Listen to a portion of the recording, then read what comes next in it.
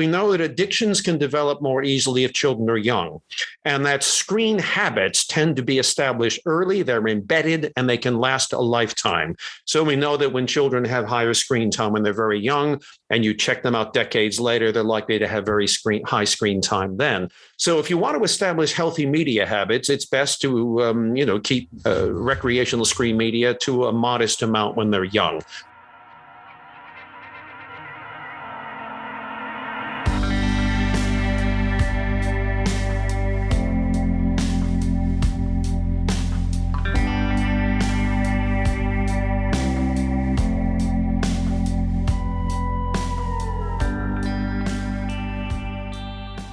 Hello and welcome to another HG podcast. I'm Jo Baker and I'm part of the HG team. And today I'm going to be talking to Dr. Aric Sigman about some of the impacts of screen time on children's physical and mental health. Dr. Sigman is a fellow of both the Royal Society of Biology and the Royal Society of Medicine, as well as an associate fellow of the British Psychology Society and a chartered scientist. His first degree is in psychology, which he followed with a master's in the Neurophysical Basis of Behaviour, before doing a Ph.D. in the field of the role of attention in autonomic nervous system self-regulation. Today, Aric delivers PSHE talks to children, parents and staff at schools, as well as lectures to medical schools, NHS doctors and delivering at conferences. He's a member of the All-Party Parliamentary Group on a fit and healthy childhood and publishes peer-review medical papers on health and development subjects. To date, Aric has authored 5 books on PSHE-related topics, including Getting Physical, which won the Times Educational Supplements Information Book Award. He's also on the editorial advisory board for our Human Givens Journal. It's so good to have you here with us today, Aric, so thank you so much for joining us. Sure.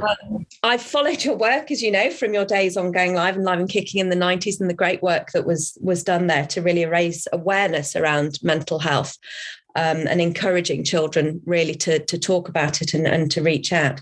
And of course, our paths converged about 12 years or so ago through our mutual connection and HG therapist, the late and much missed Johnny Leach. Yeah.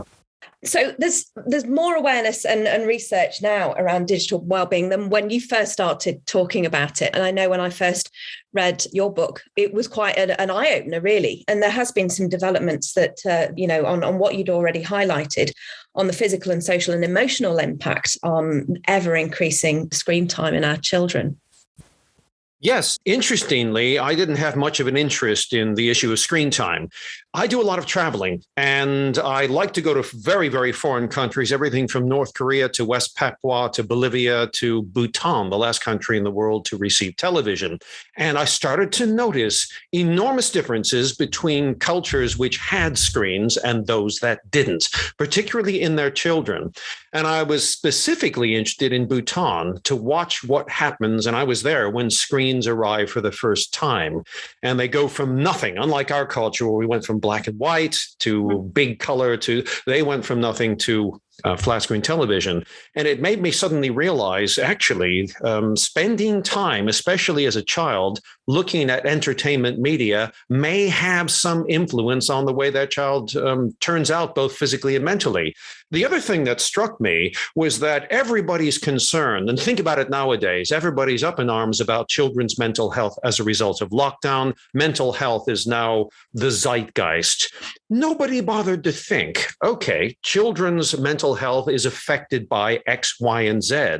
But nobody bothered to think, what is the main waking activity of children? What is the thing that they do almost as much as sleep every day? It's looking at entertainment, or I call it discretionary screen time. And in more recent times, people have started to think, actually, maybe what they're looking at or just the amount of time they're spending may have an influence, not just on their physical health, but on their mental health. And that increasingly drew me into the subject matter, which is ultimately why you and I are speaking today. And I guess, that if we think about the barriers to why people can suffer from mental ill health, one of the main ones that we talk about is the environment. And of course, that then becomes an integral part of the environment, doesn't it? With this constant background of screen time. Yes, there's several ways, and again, one of the problems we have is that the doubting Thomases say there's no evidence of causation. You cannot prove that screen time actually causes a mental health problem. Well, you don't need to, because what happens is, you and I know, when it comes to pediatric health, is to always err on the side of caution. It's called the precautionary principle, whereby if there are enough studies which find correlations or there are mixed results, the safest course of action is to recommend moderation while research continues. And we are talking about two, I suppose, black arts: psychotherapy and psychiatry, as much as they want to be a science in the way that orthopedic medicine is, are not. They can never be, because we're talking about abstract concepts, mental health, which differ between generations. Just think about it. Homosexuality was only removed from the World Health Organization's list of mental health problems in the early 1990s. And between different cultures, there are different definitions of what a mental illness is. So mental health is not a finite, hard science in the way we'd like it to be. And of course, screen time, or I call it discretionary screen time. I'm not talking about, reading the Old Testament or Shakespeare on an iPad or a Kindle, nor am I talking about using screens for education. We're talking about the major use of screens, which is recreational screen time. Again, it's a rather vague, abstract concept.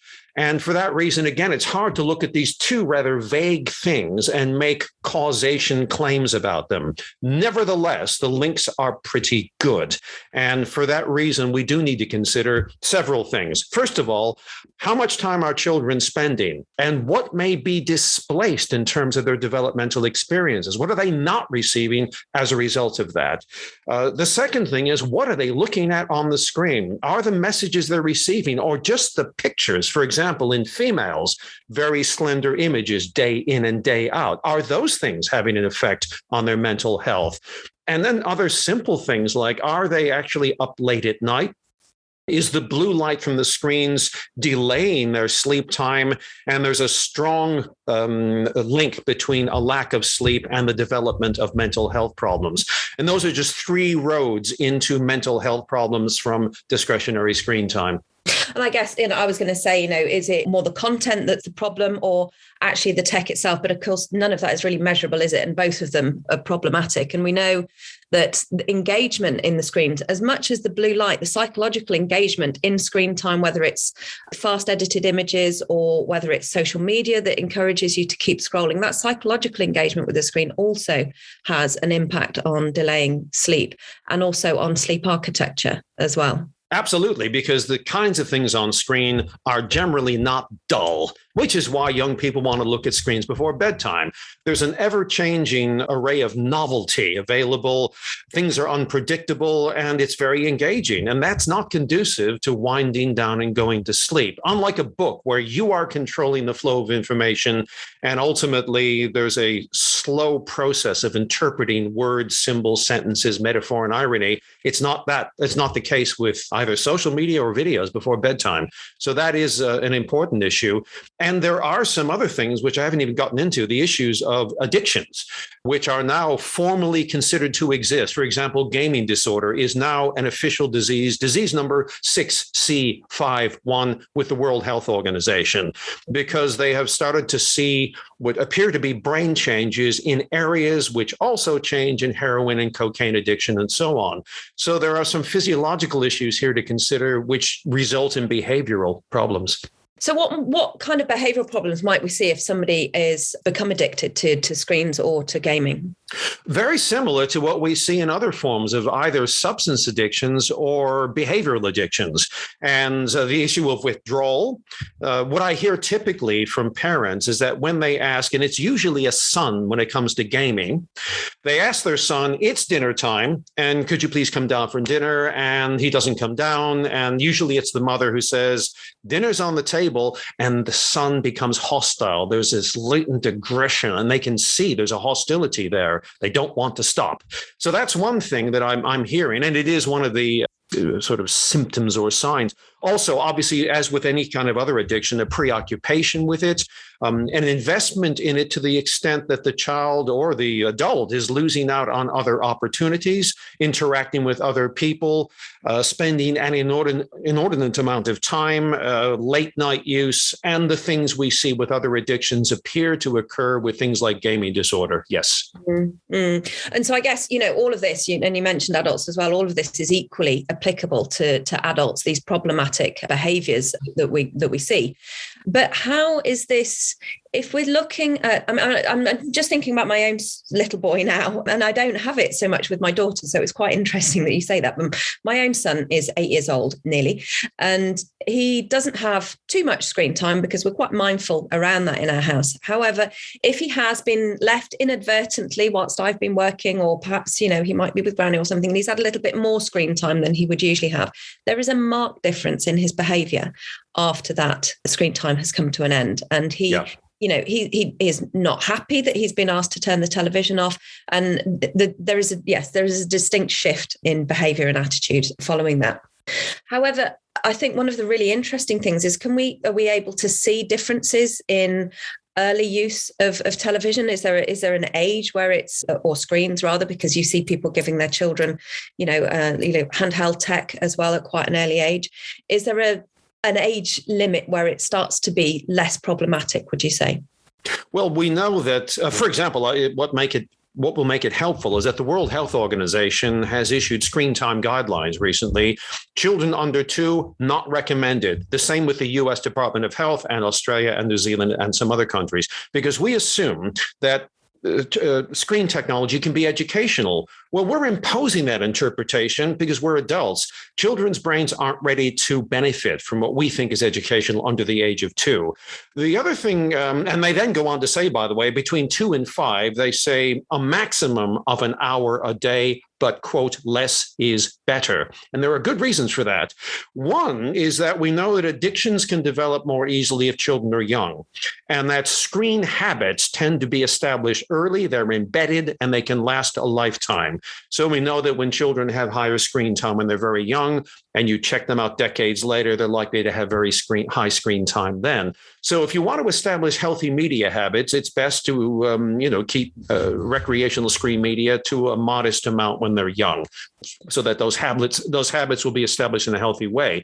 The other series of concerns involve new links between early exposure to screen time and ADHD, and now autism. Both of these things are controversial because the argument seems to go that, A, you're going to make parents feel guilty. Those parents who have children who are on the autistic spectrum will feel guilty, and it's a blame and a shame culture, or the same with ADHD. And besides that, it may be the other way around. The children on the spectrum and children with ADHD may be drawn to more screen time. Both of those things can be true at the same time.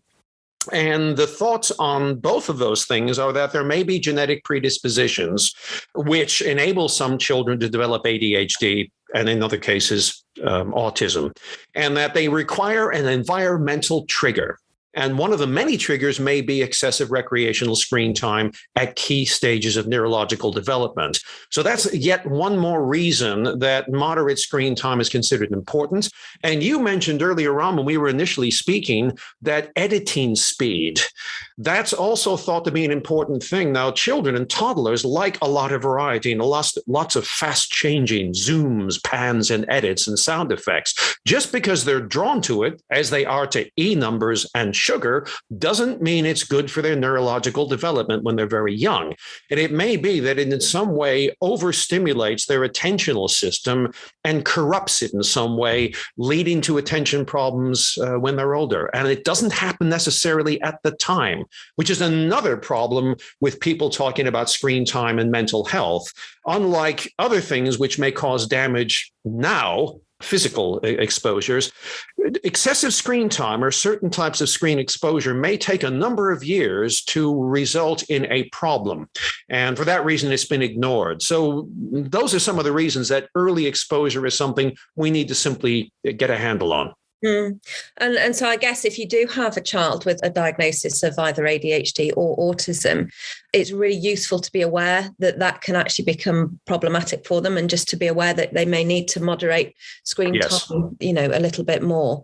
Especially children on the autistic spectrum. It's well known. And I lecture, I'm going to be doing this tomorrow, by the way. I'm lecturing to boys. Some of them have got ADHD, others are on the spectrum.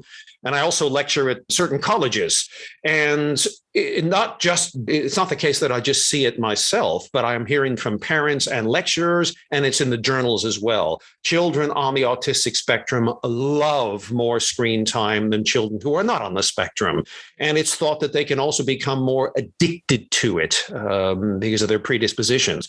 Now, just because they happen to love it more doesn't mean it's a good idea to give them more. And we do have to keep a handle, and it's very difficult for parents to do so.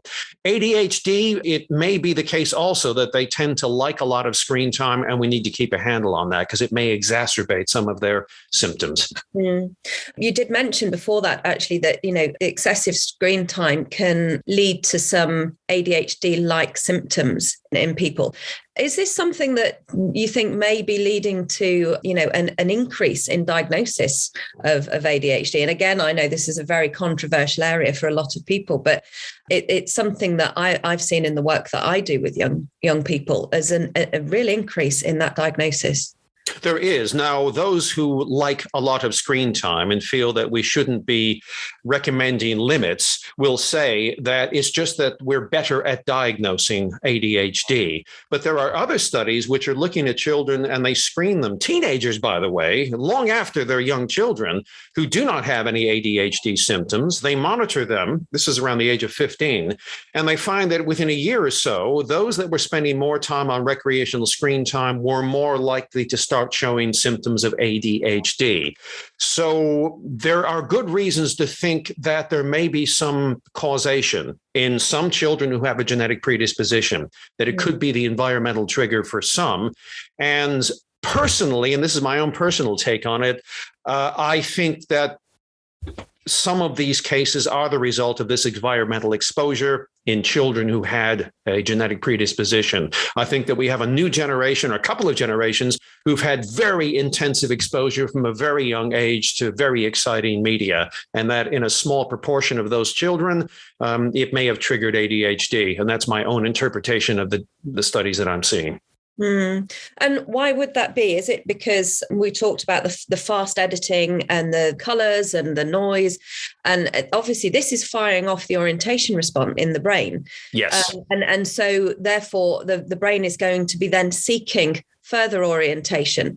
And please correct me if I'm wrong here, Aric, with any of my, layman's science. But so the brain is then unable to maintain focus on any one thing for too long because it's searching for the next orientation?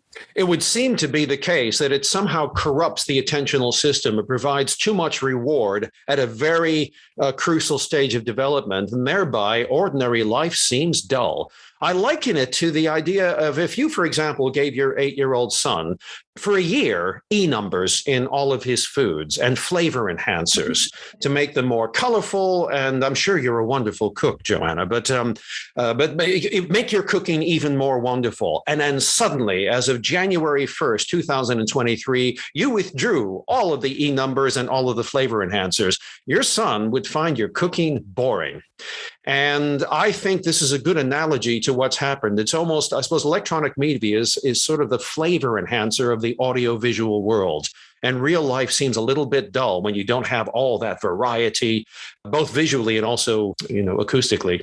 So I guess what you're talking about is that hijack of that motivation reward circuit in the brain, the E numbers, there's the MSG, the dopamine that's been sprinkled on, and the children are searching for more. Yeah, partly reward, but partly other things to do with attention and probably the neurochemistry that results from looking at novelty and so on. There's probably a number of different things going on, but I think it hijacks and distorts what should be a natural process. And we have to remember that children's brains don't finish developing, if you can put a number on it, until at least the age of 25. New evidence that it's sort of 30.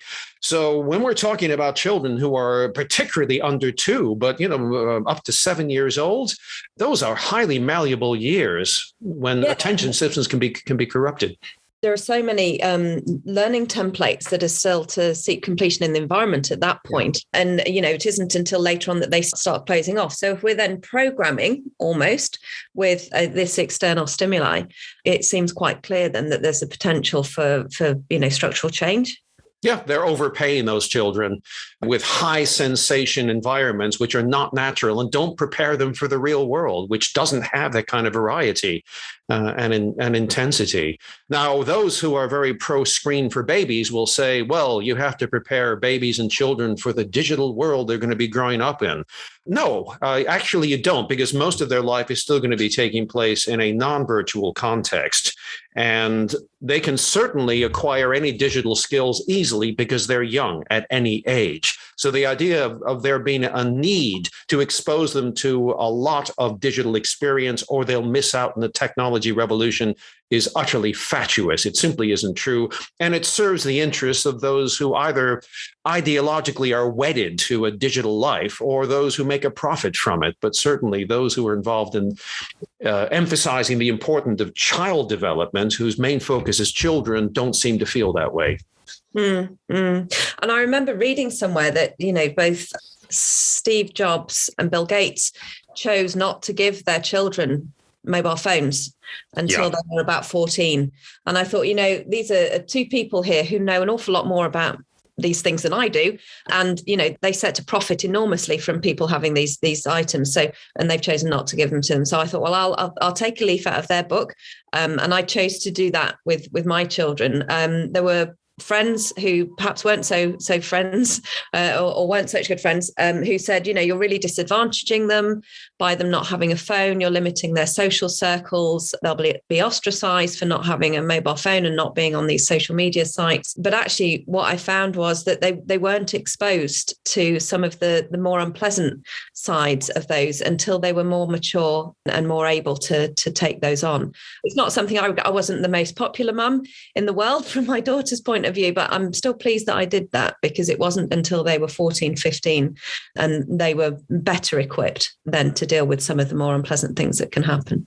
And you're very much in keeping with some of the tech people that I meet, both people who are, the heads of huge gaming companies, all of who've done what you've done.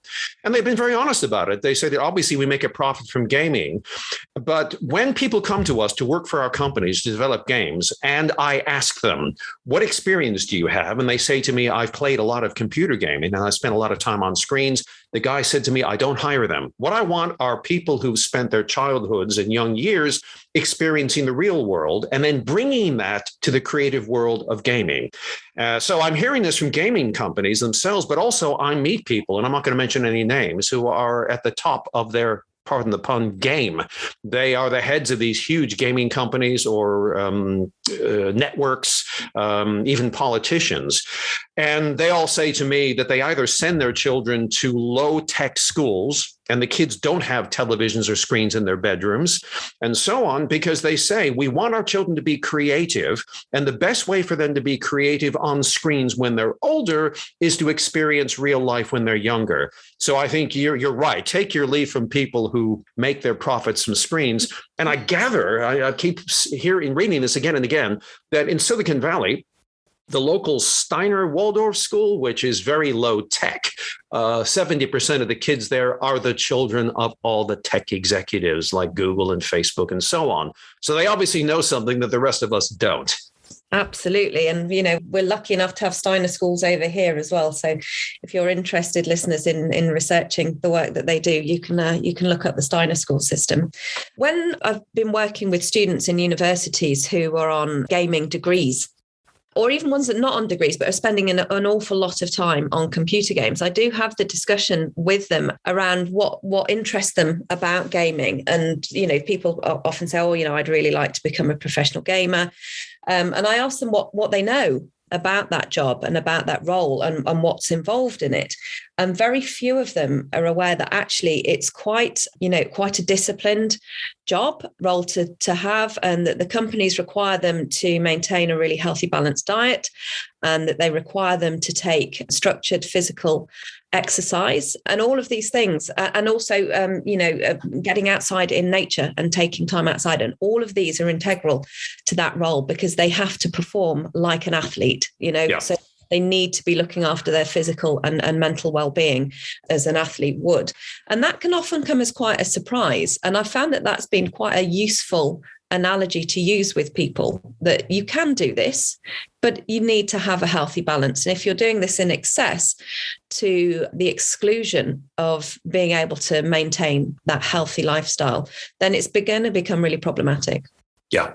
Well, if you think about it, if you're someone who's studying gaming at university and you're spending a certain amount of time on the screen to do that, is it really that different from somebody who's studying a different subject, but it happens to also involve a lot of screen time?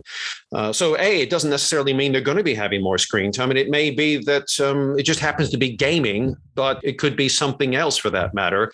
And it's always a good idea to have a healthy lifestyle no matter what you're doing.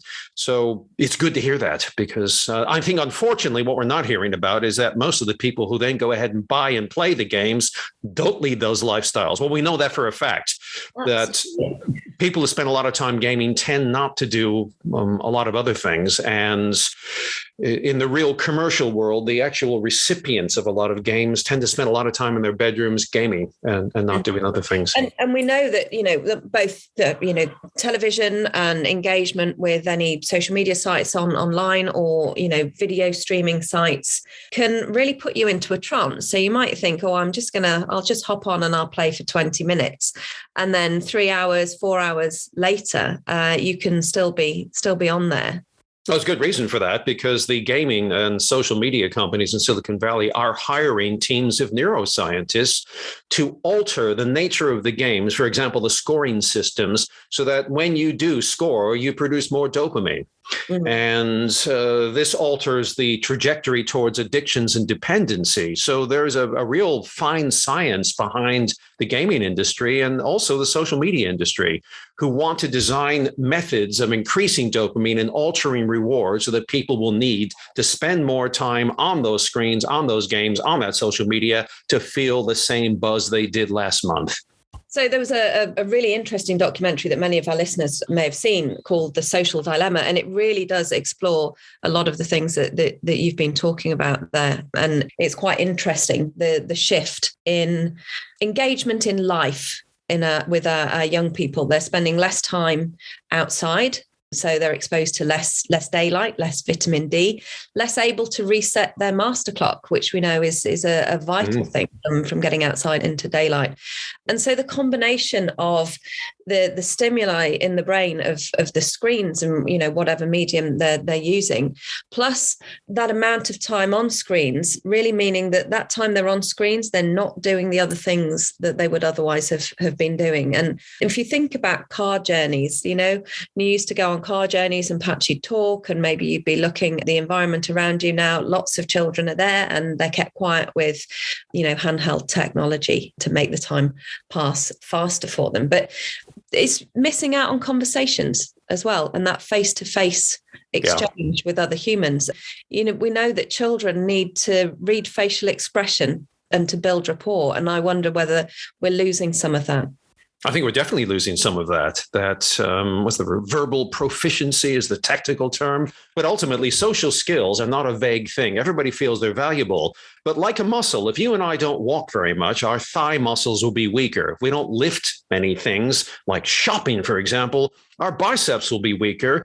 People find it difficult to think of social skills and the brain areas that are linked to them as also being essentially like a muscle, a neurological area which needs to be electrically and also in terms of blood flow. They need to be stimulated early and often to avoid disappointment. And that requires looking at people's faces, interpreting the subtle micromuscular. For example, I can see, I'm looking at you on the screen right now, you have a look of inquisitiveness because of subtle muscular changes in your eyebrows and so on. It's important for children to pick those things up. And it takes years of understanding the relationship between facial expressions, body posture, voice modulation, and emotions to be able to read people's emotions. And that's an important skill. And by looking at a lot of screen time, A, you're displacing it, but secondly, you may be replacing it with an artificial version of how people behave. So absolutely. And that varies by culture as well. Yes. So, the interpretation of emotion and also of facial expression is different between cultures. So that's a really interesting point, that if you're in one particular culture and perhaps you're spending an awful lot of time watching television or playing games that were created from a different cultural perspective, there's a whole different dynamic going on there. I've even noticed it as an American over here. I'm astounded by how the body language that I saw in the United States a number of years ago makes its way over here. And I'm wondering, why do people swagger in a less British way? They walk in a more American way, they gesticulate. And it's because obviously American media owns a very high proportion of the media that young people see, whether it happens to be Netflix or a type of social media. Most of the stuff is owned by America. A lot of the content is America. And with that comes not just expressions like starting sentences with so or kind of like. There's also body language and other more subtle things and facial changes in response to what people say, which are they're not indigenous parts of this culture. So I've seen it personally. I'm not surprised that this is going on. And you can decide whether this is a great thing or whether it's not. I'll leave that value judgment to you, but it certainly does work. It does have an effect. But then, the fact then there is that it programs learning. Yes. Whether we think that's good or bad, that's what's actually happening. Exactly. And when people say, you're dissing screen time, well, you and I are not dissing screen time. It's like almost any new development. If you have a car, if you use it constructively, it can help you do good things. But if you misuse the car or if you overuse the car, you and I will become unhealthy because we don't walk anywhere. If we drive too fast or while we're drunk, we will cause an accident. If we drive too much, we'll cause more air pollution. And so this is a new development. It's called screen technology, and we're still working our way through what's called a healthy balance. And yes, of course, you can learn things from it. On the other hand, you can learn good things or bad things or things which are a waste of time or things which are incompatible with your value system. So there are many fine increments of learning, of course. So I guess really it's how we engage with the screens and for what purpose. And I guess the problematic screen engagement is the one that creates drift, the one that does not have purpose to it. Yeah. And I'm all for watching trashy television or trashy movies, much to my family's chagrin. A bit of escapism using screen time is fine, but I think there are a couple of things which can clarify this whole issue of so-called screen time. One of them is the sheer amount of screen time, even if it happens to be educational David Attenborough documentaries, excessive amounts of time where you're not doing something else and you're sitting passively and you're absorbing someone else's ideas and many other aspects of high screen time are generally not going to be good just because of the lack of activity and the lack of variety and the lack of contact with the real non-virtual world. So that's one argument for keeping screen time to a moderate level. And then when you get into things like the content, what people are looking at, and also, there's simple things like when you look at violent computer games as opposed to non-violent games, you see some significant changes. For example, changes in cortisol, higher levels of the stress hormone cortisol, and particularly in boys, cardiovascular arousal, higher blood pressure, higher heart rate, and higher thoughts of aggression and things like that. Even changes in appetites. For example, with a violent game,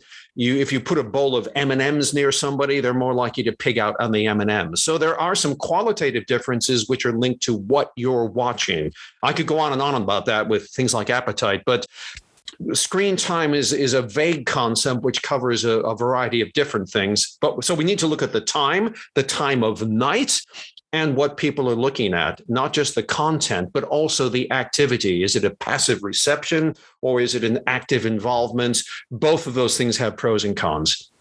Okay. And that's interesting. We did Gareth and I were doing some work with our gaming degrees when we were at the University of Derby, and we were talking about instance of gaming transfer phenomena? Is that something that you've come across?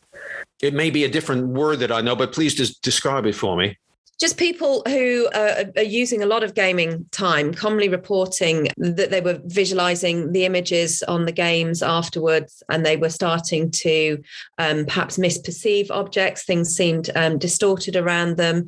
And that they were also acting out without really realizing some of the themes in the game, or perhaps they've always got the music from the game in their head as well. And not just in their head, but some of them actually having both visual and auditory hallucinations around that.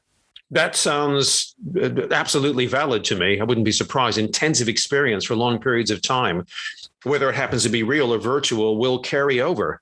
And we're just seeing this now, and we're calling it, transference, because this is a relatively, historically, a new phenomenon, but this would have happened in the real world as well. So, and it's important to keep an eye on that, because the difference between gaming transference like that and real life transference is that these games are often made in different countries. They're often very violent.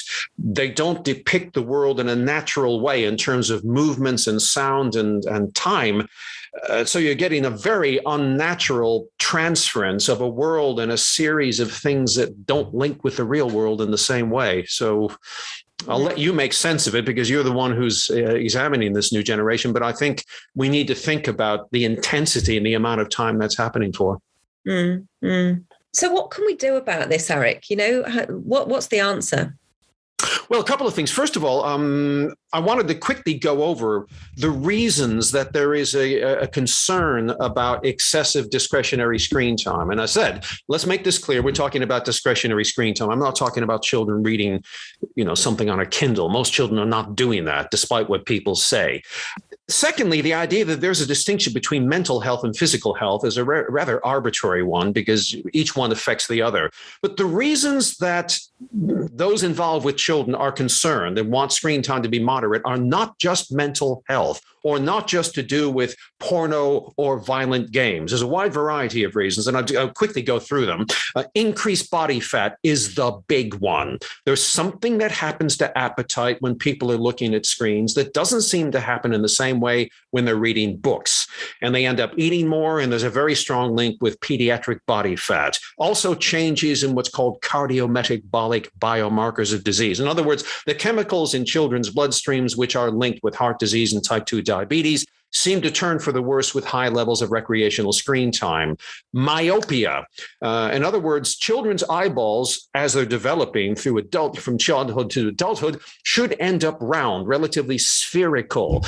What they're finding is what's called axial elongation. The distance between the retina and the cornea is being stretched in an unnatural way, misshaping the eyeball and leading to myopia. That's one of the other huge concerns we're not hearing much about. Social skills and empathy, impulse control, mood, attention. And I'm not talking about the idea of divvying up our attention and look at Johnny go, he's looking at a lot of different things and all of that. We're talking about sustained attention, formerly known as concentration. Children need to go for depth first before they develop breadth.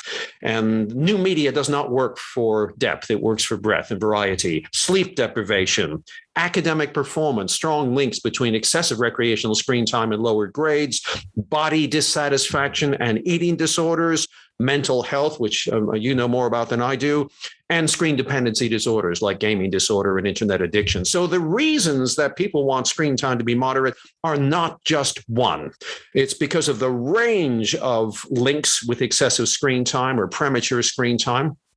The variety of those links is making experts say, look, this is not looking great. Let's subscribe or adhere to the precautionary principle. Now, what should we do? Very simply, this isn't a huge deal. And obviously, the screen industries want us to think it is. By the way, the screen industry's 4.3 trillion pounds, I think they're worth now. The gaming industry, I think, is just in a year, 180 billion. More than twice the value of the entire world's film industry. So the things that you and I are talking about don't get much coverage, while the benefits. Yeah, I was going to say that the people who are going to spread the word are the people who are not going to want to spread the word. Yeah. And most of the experts that people in Britain are listening to this podcast, they'll pick up, the BBC or the Guardian or the Times or whatever, and they'll see experts quoted that say, no, there's no evidence. We needn't worry. Children can enjoy screen time and it's educational. What the journalists never look at is, where does that institution get their funding from? Now, I spend time looking at that, and very often the so-called experts work in tech departments, or they work in institutes for technology. But when you look at pediatric people whose main focus is only on child well-being, they have a different view. And why is there this parallel universe? Well, it's obvious. It's to do with funding and money. So ultimately, this is not a complicated problem. We're told that it is. It really isn't. First of all, we have to understand that parents are not their children's best friends. They are their parents, and they have to set boundaries and limits, as they do with almost anything. Presumably, as a mother, Joanna, you have boundaries and limits when it comes to chocolate consumption with your children. And you don't think much about it, but there'll come a point where you're thinking, hold on, you've had too many candy bars. That's enough of that. Screen time is simply one of those things that parents have to have a view on. And if they don't, their children will have more screen time. This is pretty well established. So have a view on screen time. The experts, in terms of different countries and what they're recommending, are all coming up with the same figure. Non-school related screen time. And we're not talking about reading books using a Kindle, but discretionary screen time, meaning gaming and television and Netflix and YouTube and social media. Average, they're talking about 2 hours a day. That's what they're coming up with across the world. Children 2 to 5, as the World Health Organization says, 1 hour a day, less is better. Children under 2, none. These numbers keep coming up again and again and again. And numbers help only because we can roughly get our teeth into it then, if we have a rough rule of thumb. Not to be too fanatical about it, because you and I, Joe, know that, for example, you're a woman, and generally they recommend you should have around 2,000 calories a day as a woman. Now, you and I know that 2,000 calories a day that come from chocolate bars and milkshakes and crisps and so on, and a couple of bottles of vodka, not quite the same thing as 2,000 calories a day that come from fruits and vegetables and complex carbohydrates and nuts. So parents should simply use their common sense and come up with a screen time figure that is an average. Some days it'll be higher, some days it'll be lower, but have some vague idea. Also think about a gap before bedtime of at least an hour for children, and for adults as well, quite frankly. And think about what our children are watching, because parents don't seem to feel confident about parenting nowadays. They find it difficult, it seems. And I think they need to be able to trust their instincts. If you simply feel that you don't want your child watching too much of this, but you feel you're happy them watching more of that, go with it and don't feel guilty or worry about it. You can always change your views or your mind later. So think about the amount, think about before bedtime, and think about the content of what your children are watching. And those are just for starters. But ultimately, parents need to take control of this issue, because if not, it'll be Silicon Valley that will be deciding, and the culture and the advertisements that we see every night on television that will decide how much screen time our children have. And their view is the more the merrier. Or as the guy said to me, money's where the eyeballs are. Every time children or you look away, we don't make a penny. If you communicate, Joe, and look at your 8-year-old son, you're cutting out the middleman. People need you to look at screens, and they need me to look at screens. And we have to understand that. So it's up to us parents to think about it as something that needs some concerted decision-making about. That's a general principle, I would think. Yeah. And I guess, just came into my head when you were speaking there, that of course, we've come through this pandemic, and the screens really have saved a lot of jobs and relationships and really helped us to maintain connection when we weren't able to see people physically. Yeah. But that's the distinction that you're talking about. There was a purpose for that. It wasn't mindless, endless engagement in a dopamine reward-filled, attention-seeking way. It was that meaningful connection that had purpose to it. Yeah, the main point is technology is a powerful tool which we need to harness to benefit us. It shouldn't become a health and development burden. And again, it's that balance that we're finding with many new developments that when they first come to us, we don't quite know what the definitions are of overuse or misuse or whatever. And over time, we learn the hard way about what we need to do. And you're right. They're great tools, as you and I are using them right now. We're able to produce a podcast at a distance effortlessly with very reliable technology, thanks to screen technology.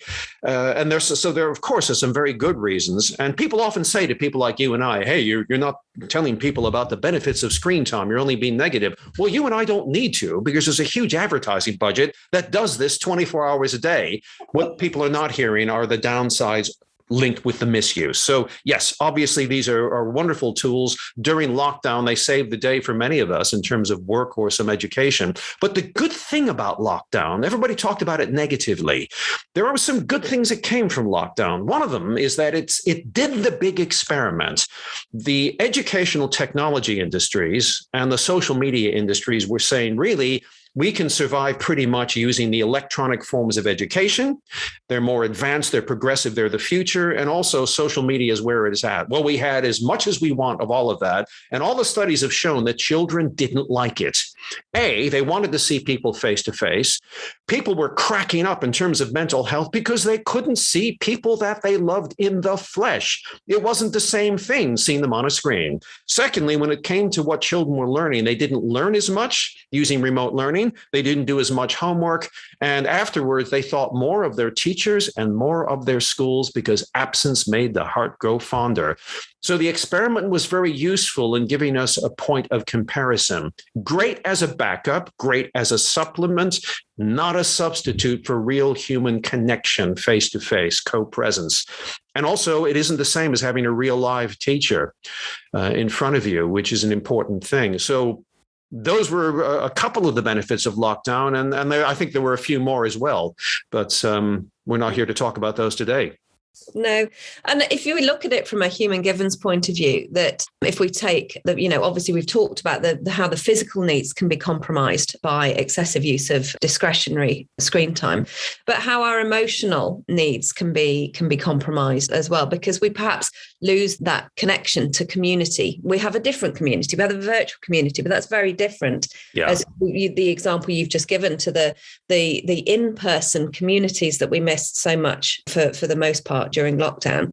There's not that sense of intimacy in the same way. And also it compromises our privacy as well to a large extent. And so, I mean, really, we haven't got time to go through all of the needs, but we will put a link to those in the podcast description. But you can look through those and you can really, it's quite interesting to map how excessive screen time can really impact on our ability to meet those emotional needs in balance.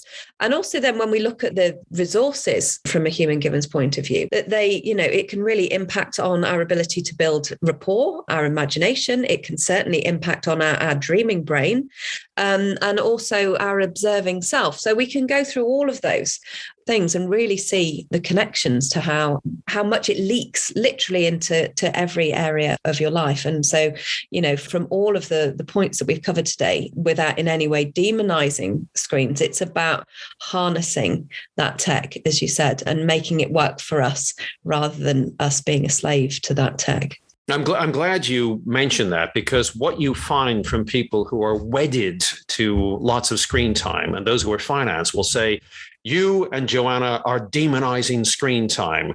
And I haven't met any pediatric experts who want no screen time or demonize it, but people want a balance, and they want the balance to be defined by people like you and I and child health experts, not by the screen industry. And I think what's happened is that, for example, if you and I were concerned about the effects of chocolate on your children's body fat and their physical health, you wouldn't consult a professor of chocolate. You would consult a pediatric endocrinologist, because you would assume there'd be a conflict of interest if you consulted an expert in chocolate who's financed by a chocolate company. But interestingly, with screen time, we have allowed them to come into our schools and our lives and to sit there as arbiters of what's considered healthy screen time for our children. And screen companies should not be defining what is considered healthy screen time. Human Gibbons and other organizations who are interested in people's mental health are far more qualified and don't have a vested interest, a conflict of interest. And we need to shift that balance so that those who are arbiters of what's considered healthy screen use don't come from the screen industry. They come from the mental health industry and the physical health industry. And that's something which has been overlooked. We just allowed it to happen. And I'm amazed by the educational materials, the speakers and so on, who come from screen backgrounds. And you sort of think, well, you would say that, wouldn't you? Yeah, absolutely. Yeah. Really, really interesting discussion. And I think, we've said, along the way, so many different points and different avenues we could have gone down today. And perhaps we've got another podcast in this, Aric, for later on at some point, who knows? But we're running out of time, unfortunately. Was there anything else in particular that you wanted to add? One thing I would mention to people is that role modeling is now thought to be an important aspect of your children's screen use. Now, I do health education for children, and almost every area that I look at, whether it happens to be alcohol use or physical activity, parents influence what their children do. And we need to think about that. Our use in front of our children, our overuse or misuse of screen technology is something which has been overlooked. But role modeling is important in that area as well. And as you said, in all areas. And, one of the things that happens with the increased use in screen time is that obviously we've said children are spending less time outside in nature, and partly that is to do with parents' concerns of the dangers in the world. And so it feels safer to have our child inside, perhaps, settled and quiet in front of the TV or on a computer game. And I've seen this in people around me that feels safe to them. But what we know is that not being in touch with our natural environment can actually lead to higher levels of mental distress, certainly an increase in anxiety and low mood, aside from the problems that we know come from screen time. So that lack of time out in nature, that lack of face-to-face contact with their parents, with their friends, with other people, can actually lead to a sense of isolation as well. And we know that people may have 500 friends on certain social media sites and feel incredibly lonely because they're missing out on that emotional intimacy and that connection to the wider community. It's interesting you say that, because the World Health Organization studied adolescents in this country, and they found that they have, if not the highest, close to it, the highest amount of messaging used to keep in touch with one another across the day, but have the lowest levels of peer support across all ages and both genders. And so we've never been so connected, at least adolescents have never been so connected, never been on social media so much, never messaged one another so much, and never felt so disconnected, which is a variation on what you're saying. It isn't a substitute for the real thing. And they do need to get out. And it's funny that when people see their children indoors in front of a screen, it seems safe because you know where they are and they're upstairs. But just because it's a rather passive state doesn't mean it's safe. There's nothing bad happening that's overt, but there are forms of damage happening. It's a more insidious form of damage. While outdoors, you're worried about immediate damage. But ultimately, as you rightly say, the balance would indicate better to get them outdoors. It's the safer option, the lower risk of the two things. Absolutely. Aric, thank you so much for covering such a huge amount of ground today. And I'm sure that your knowledge and advice has helped our listeners. If you're interested in any of the things that we've talked about today, we'll put some of the links to the research in the podcast description. We'll also put a link to an online training workshop that the Human Gibbons College runs called How to Help Children Thrive. That link you'll be able to find in the podcast description as well. So thank you, Aric, for your time today. And thank you too to our listeners. Until next time, goodbye.